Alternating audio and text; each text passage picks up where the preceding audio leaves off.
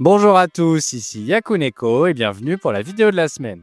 Cette semaine, en plus du classement et du point sur les ventes, on va parler du nouvel arrêt de série, mais également des nouveautés qui arrivent prochainement. Et avant de commencer, je me permets de vous rappeler une dernière fois d'aller jeter un œil à la vidéo bilan 2024 si ce n'est pas déjà fait, elle se trouve en description. Et bien sûr à vous abonner si vous ne voulez pas manquer les prochaines. Et sur ce, je vous souhaite une très bonne vidéo.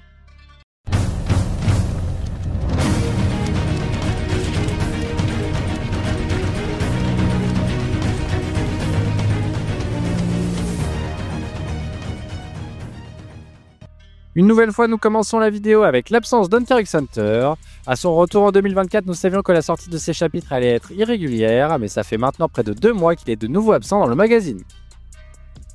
Il faudra attendre la semaine prochaine pour avoir des nouveautés dans le magazine. On enchaîne donc avec The Elusive Samurai qui fait la couverture du magazine cette semaine pour fêter ses 4 ans déjà.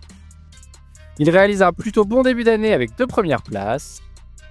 Et en plus de son anniversaire, il met également en avant la sortie de son tome 19 prévu le mois prochain. Je vous annonçais la fin de Mission Yuzakura Family la semaine dernière, c'est maintenant au tour d'Undead Unluck. Après 239 chapitres, le manga prend donc fin. L'un d'entre vous me l'a mentionné dans les commentaires la semaine dernière. Désormais, après One Piece et Hunter x Hunter, le manga le plus ancien du Jump est Sakamoto Days, sorti en 2020. Il n'y a aucun manga dans le Jump qui soit sorti entre les années 2000 et 2020. Il y a donc plus que jamais besoin d'un renouveau. Et cela viendra peut-être des 2 nouveautés qui arrivent. On aura tout d'abord le droit à un manga de football la semaine prochaine. Il sera dessiné par Nishi Sotaro et scénarisé par Kuromazaki Kei et s'appellera Ambers. Et dans le numéro suivant, ce sera au tour de Beno Sensei de faire ses débuts dans le magazine, un manga de Morihiro Hayashi qui serait apparemment un thriller à la Death Note. On reviendra plus en détail sur eux après la sortie de leur premier chapitre. Le retour à Undead Unluck est du côté des ventes de son 24e tome. Il en comptabilise 23 858 en 3 semaines. Ses ventes sont en chute depuis 3 tomes maintenant, mais malgré cette popularité en demi-teinte, il sera parvenu, tout comme Mission Yuzakura Family, à obtenir un animé avant sa fin. Et décidément, tout comme Yuzakura Family, l'aventure Undead Unluck n'est pas tout à fait terminée, car on le retrouvera en animé justement en fin d'année. Ultimate Exorcist Kiyoshi obtient une page couleur pour mettre en avant la sortie de son tome 2 le mois prochain, mais aussi pour le récompenser de ses derniers classements bien au-delà des attentes. Et enfin, Mien Roboko obtient la dernière page couleur pour mettre en avant la sortie de son film qui paraîtra le 18 avril au Japon. Du côté des ventes de son tome 20, avec 13 896 exemplaires en 3 semaines, il continue de chuter. C'est la première fois depuis son tome 3 qu'il ne dépasse pas les 15 000 exemplaires vendus en 3 semaines. Place au classement et ne vous y fiez pas, Koutaku remonte bien de 2 places, mais c'est uniquement parce que le classement est plus petit cette semaine. Il reste bel et bien dernier. Grâce à l'arrêt de Mission Yuzakura Family et de Undead Unluck, il va peut-être parvenir à sauver quelques semaines, mais c'est bien le maximum qu'il parviendra à obtenir. La sortie de son premier tome le mois prochain ne le sauvera clairement pas. Super Psychic Policeman Jojo est certainement celui qui risque de suivre Akutaku dans sa chute. Il enchaîne les trios de fin, ça fait déjà 5 cette année. Et on a au final le même trio de fin que la semaine dernière, avec Witchwatch qui le complète une nouvelle fois. C'est un début d'année vraiment compliqué pour Witchwatch, que ce soit au niveau des classements mais également du côté des ventes. Avec seulement 32 526 copies écoulées en 3 semaines, son tome 20 réalise le pire démarrage depuis son tout premier tome. C'est dommage à la veille de la sortie de son animé, qui aurait pu faire décoller ses ventes et qui ne fera peut-être que les remettre d'aplomb. Pour rappel, aux alentours de son tome 10, ses volumes s'écoulaient à environ 55 000 exemplaires. News Exorcist échappe encore une fois de très peu au trio de fin et ne parvient vraiment pas à convaincre ce début d'année. Il est seulement sauvé par des mangas qui font encore moins bien que lui, malheureusement s'il continue comme ça, il ne survivra pas longtemps. Tout comme Astro Royal qui peine toujours autant à convaincre et n'est donc que 11e cette semaine. Kill Blue quant à lui conserve sa 10e place, ce qui est plutôt un bon classement pour Kill Blue au vu de sa fin d'année 2024 catastrophique. Ce petit regain de popularité se confirme au niveau des ventes également, avec 19 109 copies écoulées, il réalise pour le moment 1000 ventes de plus qu'avec son tome 7.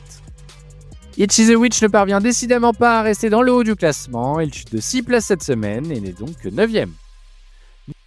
Du côté des ventes par contre, il continue son ascension et ce malgré de très nombreuses ruptures de stock, il a réalisé près de 10 000 nouvelles ventes cette semaine, amenant son total à 39 388 copies vendues en 3 semaines. La nouveauté Shinobi Undercover, sortie à une semaine d'intervalle d'Itchy the Witch, réintègre le classement à la 8e position après sa page couleur de la semaine dernière. Ça reste correct, il s'achète un peu de temps dans le magazine. Malheureusement, du côté des ventes, c'est vraiment moins réjouissant. Il n'aura réalisé que 1781 ventes supplémentaires et atteint donc seulement les 12 347 exemplaires vendus. Grâce à ces classements, il devrait largement survivre jusqu'à son prochain tome. Il devra par contre faire mieux avec celui-ci pour espérer durer dans le magazine.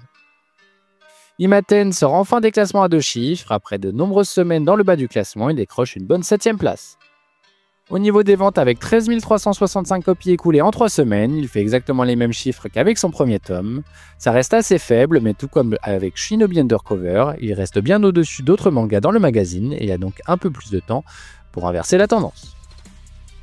Akane Banashi chute lourdement après sa première place de la semaine dernière. Une 6e place reste correcte, mais c'est sa moins bonne performance de ce début d'année. Seedcraft Love is a Mystery avait obtenu un premier classement convaincant la semaine dernière et confirme cette fois-ci avec une très bonne 5e place. Kagorabashi se rapproche enfin du podium cette semaine grâce à cette remontée de 5 places et donc cette 4e position. Remontée de 2 places pour Sakamoto Days qui retrouve quant à lui le podium. Son animé est sorti il y a quelques semaines et on peut dire qu'il divise. Certains sont très gênés par l'animation alors que pour d'autres l'animation est plus que suffisante et leur permet d'apprécier l'œuvre. Du côté des ventes de son dernier tome, il dépasse tout de même les 100 000 copies écoulées en 3 semaines, ce qui ne lui était plus arrivé depuis son tome 16. Et il faut également noter qu'au niveau de la série au global, elle se place à la 3e place du classement Oricon, ce qui démontre que ses tomes précédents se vendent mieux que d'habitude. One Piece se contente une nouvelle fois de la 2e place. Et pour la 3e fois de l'année déjà, c'est Blue Box qui s'empare de la 1re place. Il a pour l'instant le meilleur classement de l'année et de loin. Et voilà qui conclut le numéro de la semaine. La semaine prochaine, on reviendra donc sur le premier chapitre de la nouveauté ayant pour sujet le football. Et sur ce, je vous dis donc à la semaine prochaine.